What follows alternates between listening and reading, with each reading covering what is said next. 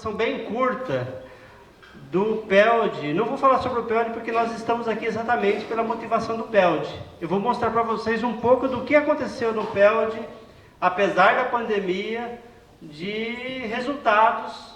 E aí vocês vão perceber que não são resultados do PELD do momento que vocês chegam, são resultados do PELD do momento antes, na verdade, dele chamar PELD, que é o projeto que a gente teve junto com a Finlândia e que ele passou, na verdade, a dar condições de coletar muitas informações.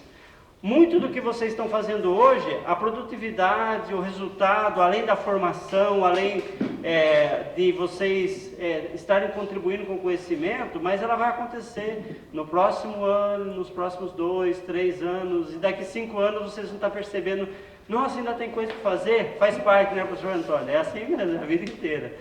Não tem jeito. Deixa eu ver se está funcionando aqui.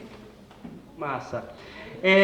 Essa apresentação ela vai ser curta porque ela é só para mostrar resultados, então nós não vamos ficar discutindo detalhes de métodos, porque daí quem quiser vai nos papers e tudo mais. O projeto PELD Cantareira Mantiqueira, ele surge com a Paula Montanhana, praticamente, acho que ela foi a primeira que abre a frente do corredor Cantareira Mantiqueira, no momento em que a gente queria começar a estudar aquele contexto, mas não necessariamente imaginávamos que a gente ia ter muitos estudos ali. E aí a Paula Montanhana, ela pensa num desenho experimental, junto com o Lucum, a gente discutindo num esquema de vamos de verdade garantir que o desenho experimental tenha gradientes de paisagem interessante. O que é gradientes de paisagem interessante? Variação na cobertura florestal, variação na heterogeneidade, distância de borda, e depois entra todas as coisas que vocês estão explorando. Então, nesse artigo que foi publicado recentemente, na verdade, né, vamos dizer, já no momento em que o PELD ele chama PELD mesmo, a Paula Montanhana ela vê o efeito da heterogeneidade num raio de 1 km, que foi a escala que ela detectou, na verdade, os melhores efeitos, sobre as abelhas com ninhos armadilhas, semelhante mais ou menos ao que o Gian está fazendo dentro do processo. Então, assim, o que a gente traz de novo neste artigo? Basicamente é a questão da heterogeneidade no contexto de Mata Atlântica, mas também, quando a gente for ver os artigos que a Paula está trabalhando e outros também da fase anterior, a gente viu uma coisa multiscala, então raio de 1 km e raio de 5 km. Naquele momento, para a gente era um desenho experimental fabuloso, infalível, nada vai dar errado, um efeito de escala aninhada. Depois a gente descobre que precisávamos redesenhar, mas naquele momento era excelente. E aí a gente vê que a riqueza de abelha, a riqueza de vespas, a abundância de um grupo de vespas, ela é modulada pela heterogeneidade. Maior a diversidade de ambientes naturais e antrópicos, maior é a resposta biológica. Sem ter ido para o campo, o Bruno ele utiliza também no corredor Cantareira Mantiqueira os dados do Fábio Barros. O Fábio ele tem aquele desenho de olhar para dentro da floresta na borda e para fora da floresta na borda de pasto e eucaliptos. E aí o Bruno ele pega e trabalha no mestrado dele para ver de forma bem simplista questões de diversidade funcional e filogenética ali, e como que essa interface floresta, pasto, floresta, eucaliptos poderia influenciar esses grupos. Então a figurinha aqui embaixo representa exatamente a heterogeneidade. Maior a heterogeneidade, maior aí as respostas que a gente teve em termos biológicos. A Paula Eveline, ela trabalhou com anfíbios com duas abordagens. Uma abordagem de bioacústica, coletando os dados sonoros, tem 10.000 horas de dados sonoros da fase anterior, e eu acho que agora vai passar de 30.000 horas na hora que a gente terminar o Cantareira Mantiqueira. Só que a Paula também vai para campo fazer busca ativa de anfíbios, e num determinado momento ela percebe que ela pode fazer uma coisa multitaxa, tentando entender como que os diferentes tipos de uso do solo, né, floresta, eucaliptos, água, agricultura, área urbana, áreas úmidas, vegetação pioneira e por aí vai, pode modular a resposta taxonômica e funcional de aves coletado em campo, e de anfíbios, né, coletado em campo também. E aí a gente consegue ver que diferentes ambientes modulam de forma diferente a resposta funcional e taxonômica desses dois grupos. Uma das perguntas que a gente sempre tem quando trabalha com dados sonoros é: quanto tempo eu tenho que ter de esforço na auditoria dos dados para a gente poder pegar e ter uma resposta mais confiável? E aí, num determinado momento, a gente imaginou que é o seguinte: poxa, se eu fico gravando um tempão lá no campo e eu tenho uma auditoria dos dados, eu ouço 10 minutos, 20 minutos, 30 minutos, 50 minutos, vai chegar no momento que eu chego na assíntota e eu meio que detecto a maior parte das espécies. E a gente acreditava que áreas com mais floresta, por ter uma diversidade maior, nos anfíbios aqui nesse caso, a gente demoraria mais para atingir a assíntota, né? A resposta que a gente obteve foi o contrário. Eu preciso de muito mais tempo de ouvir minutos. Olha aqui para a variação, na verdade, entre 300 e 750 minutos. Em áreas mais antropizadas, talvez por conta da modificação do homem, acaba ficando algumas espécies em algumas paisagens, outras em outras, e eu tenho um pool menor de espécies em cada uma das paisagens fragmentadas. Mas a gente agora tem uma ideia de quanto tempo a gente precisa de ouvir de minutos de áudio para chegar nessa, vamos chamar, nessa assíntota ali, né? E depois, nesse artigo, para cada paisagem, a gente vê quais delas a gente conseguiu chegar ou não nessa assíntota da riqueza de espécies de anfíbios. A Marcela, ela trabalhou com as abelhas que nidificam em ocos de árvores, né? Ali as jataís e outros grupos, tudo mais e tal. E num determinado momento, o foco dela era a genética de paisagem, a gente vai ver o artigo logo na sequência. Era tentar entender se a paisagem estava modificando as respostas de diversidade genética dentro de alguns grupos de abelhas, desses grupos que nidificam em troncos. Aí surge, e essa é uma coisa bem legal que a gente estimula bastante, a possibilidade da Maria Fernanda, que o negócio dela era ecotoxicologia. Ela queria saber poluição do ar, se os organismos estavam intoxicados ali, ou se tinha metais acumulados nos organismos e tudo mais. Então a Marcela pega um monte de indivíduos, maceros, coitadinho, que já tinha feito xizinho nos olhos, então ele não ia sentir que estava sendo macerado, misturava aquilo e ia fazer análise de vários componentes de metais, né? E aí são as letrinhas que estão aí, uma parte da tabela periódica. E o mais interessante o que de uso do solo no entorno de todas as áreas poderia explicar os metais acumulados e outras questões químicas acumuladas nos organismos. Então a gente vê que estradas foi importante, solo exposto foi importante, área degradada foi importante, pastagem foi importante, área urbana foi importante. Nós esperávamos que a quantidade de floresta ia ser importante no sentido de mais floresta, menos toxicidade, vamos chamar assim, né? Só que a quantidade de floresta ela não explicou, o que explicou foram essas outras variáveis que estão aqui. Então é bem um estudo de spatial ecotoxicity, alguma coisa e tal. E aí focando no que, eu peguei aqui bem pela ordem do que estava ali nos PDFs, focando bem na questão da genética, a Marcela ela pega e começa a ver, cada círculo desse é um grupo de indivíduos em vários ninhos que ela foi usando. Na verdade, assim, os organismos eles nidificam nos troncos, mas a gente tinha lá os ninhos armadilha para pegar e tal, né? Então as cores em azul e em vermelho mostra como que está o nível de similaridade dos organismos que estão em cada uma das paisagens. Então áreas que está tudo azul quer dizer que são muito diferente dos que estão tudo em rosa. Tudo em rosa é muito diferente do que está em azul.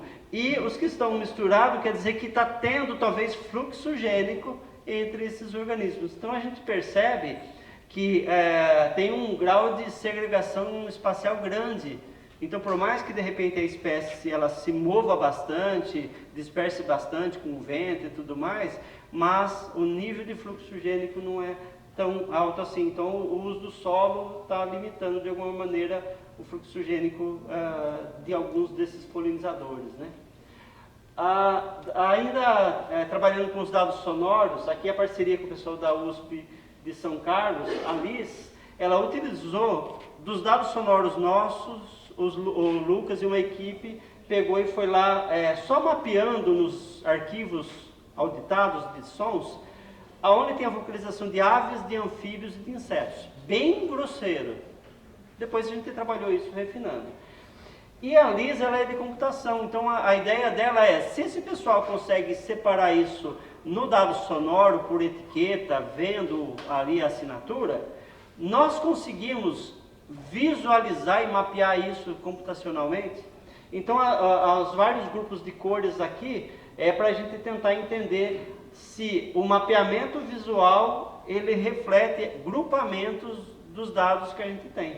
Então aqui na parte de cima, se a gente for ver, quando eu tenho grupos de aves localizando nos minutos e de insetos, a gente forma dois grupos. Então a gente tem um método que está funcionando aqui. Mas se eu pego de repente outros grupos, já fica bem complexo. Aqui eu não consigo separar aves e anfíbios por um determinado método.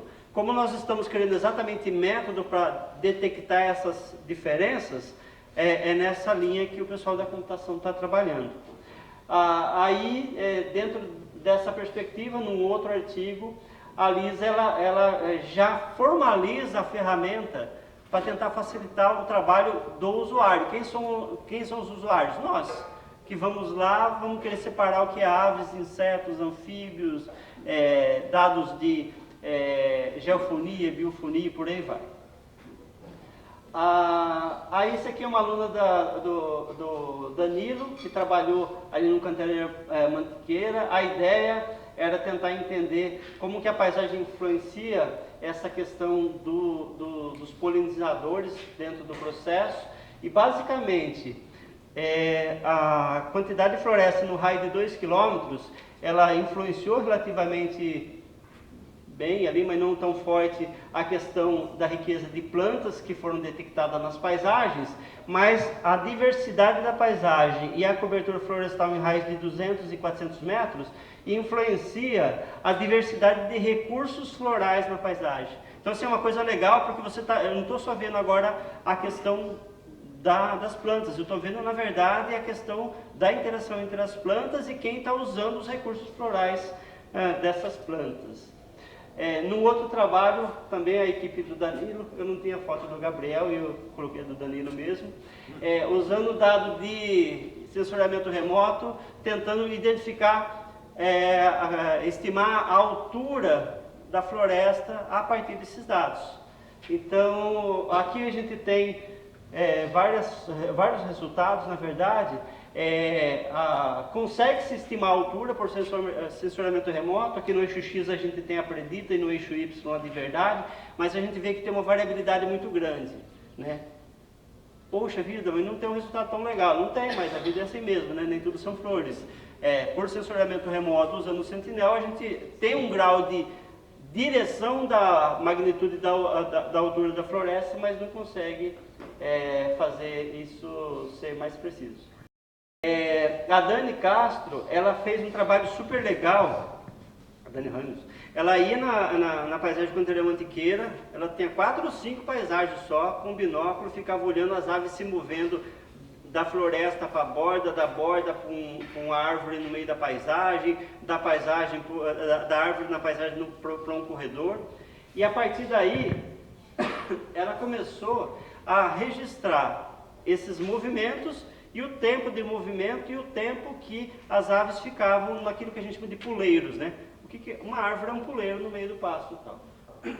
Aí a gente percebeu que precisava tentar entender esses padrões de movimentos e a gente organizou em grupos funcionais. Então, em bichos que dispersam sementes grandes contra bichos que dispersam semente pequena, e como que o tamanho do fragmento pode influenciar o tempo que essas aves ficam nos puleiros, e se tem uma tendência ou não dos organismos se moverem em direção à floresta, e se tem alguma tendência dos organismos se movendo em direção às árvores isoladas no meio da pastagem.